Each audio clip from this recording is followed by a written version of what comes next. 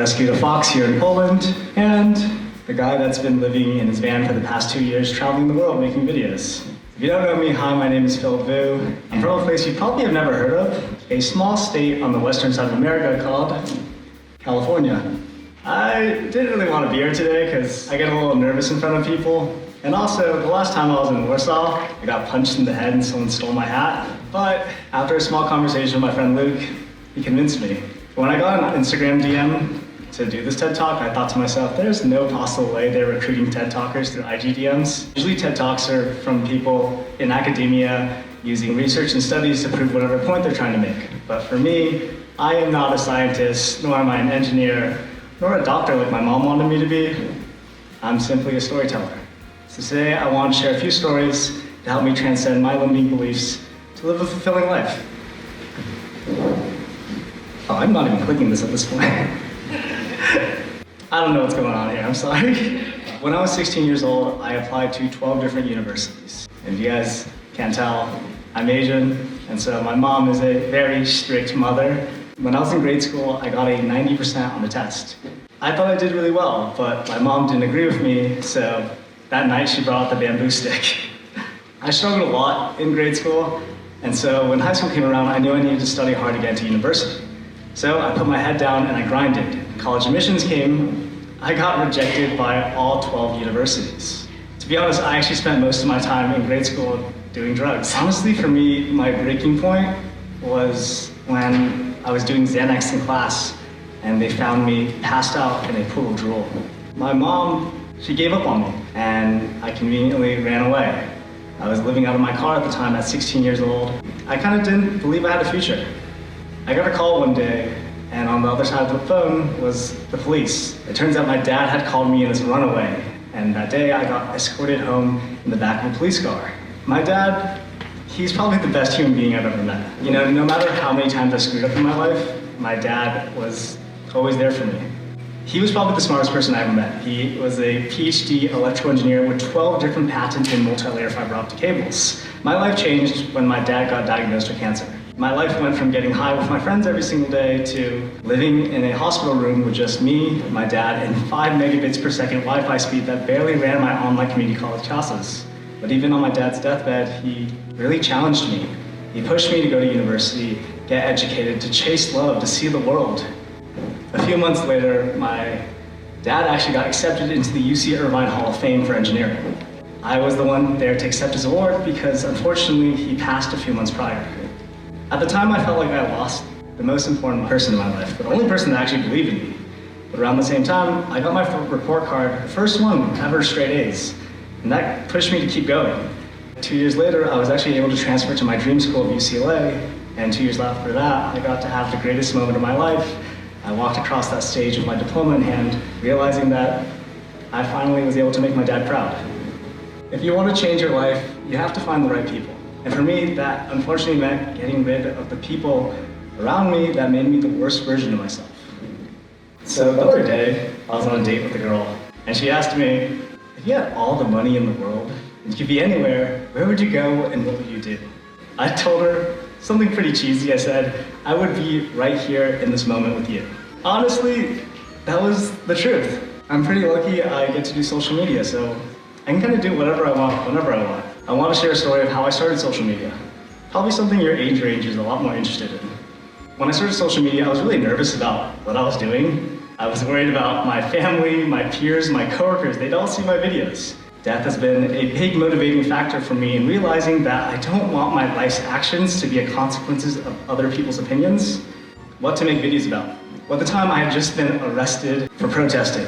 That's why I decided to make my videos on. I made my videos on racial injustice, fighting for women's rights, and flaws in the American police system. I had actually a lot of early success, but after a few months, I was like miserable. Mostly because I realized that I was passionate about these subjects, but I didn't want to be an authority figure lecturing people. I had to switch niches. I'd say the worst thing you can do when starting social media is going viral in something you don't want to make long term. I thought to myself, what videos do I want to make and what audience do I really want to reach? I wanted to make videos about my authentic human experience, and I wanted my audience to be interested in human connection. So I spontaneously quit my job and moved into my car to make TikToks. And I wanted to document the people I met around the world. And my first 6 months on social media looked like this. I actually gained 80,000 followers in 6 months, which was crazy to me. When I switched niches, it slowed like crazy at first. And I thought to myself, well, how do I get around this? I switched to making only one video every week. And so then my growth looked like this. We went from 80,000 followers to 400,000 followers. The next 6 months, I posted even less actually, probably once every 2 weeks, and we went from 400,000 to 1 million followers. So it's mind-blowing to me.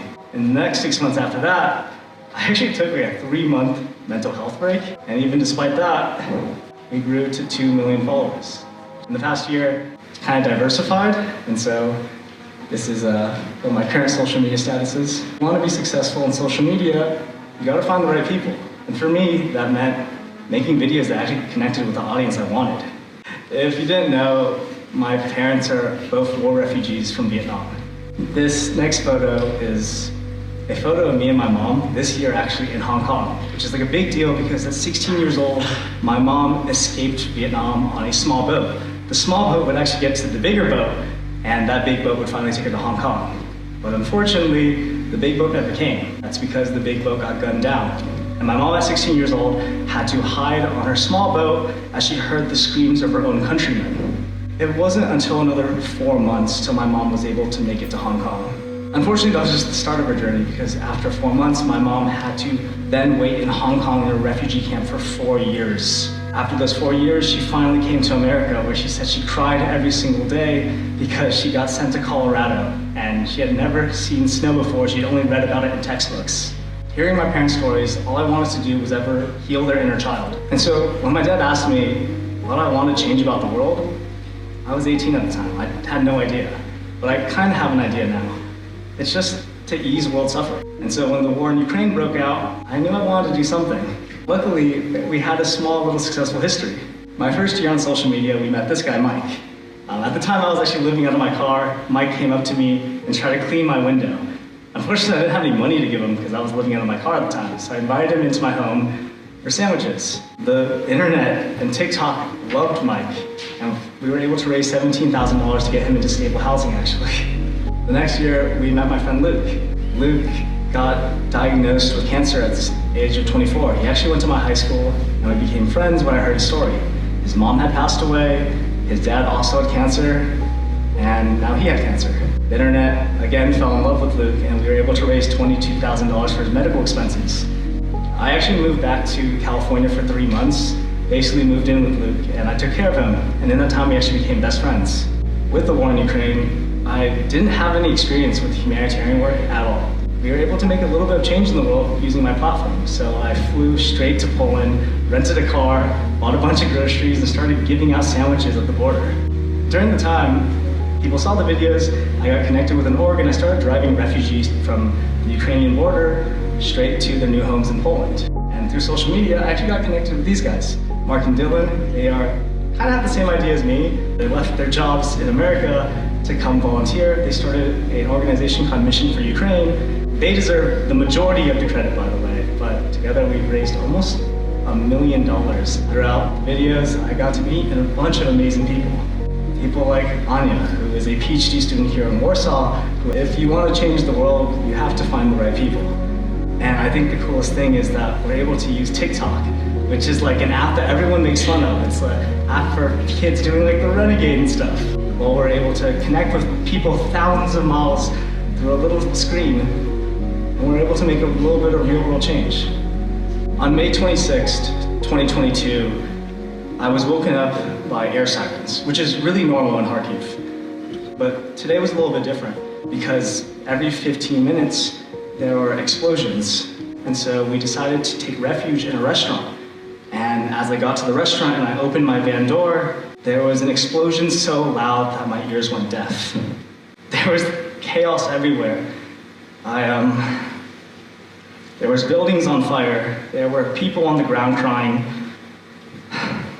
There was shrapnel flying everywhere. I tried to help up this lady that was twice as far from the explosion as me. And as I grabbed her up, I saw her clothes pool up in blood. She had been hit by shrapnel.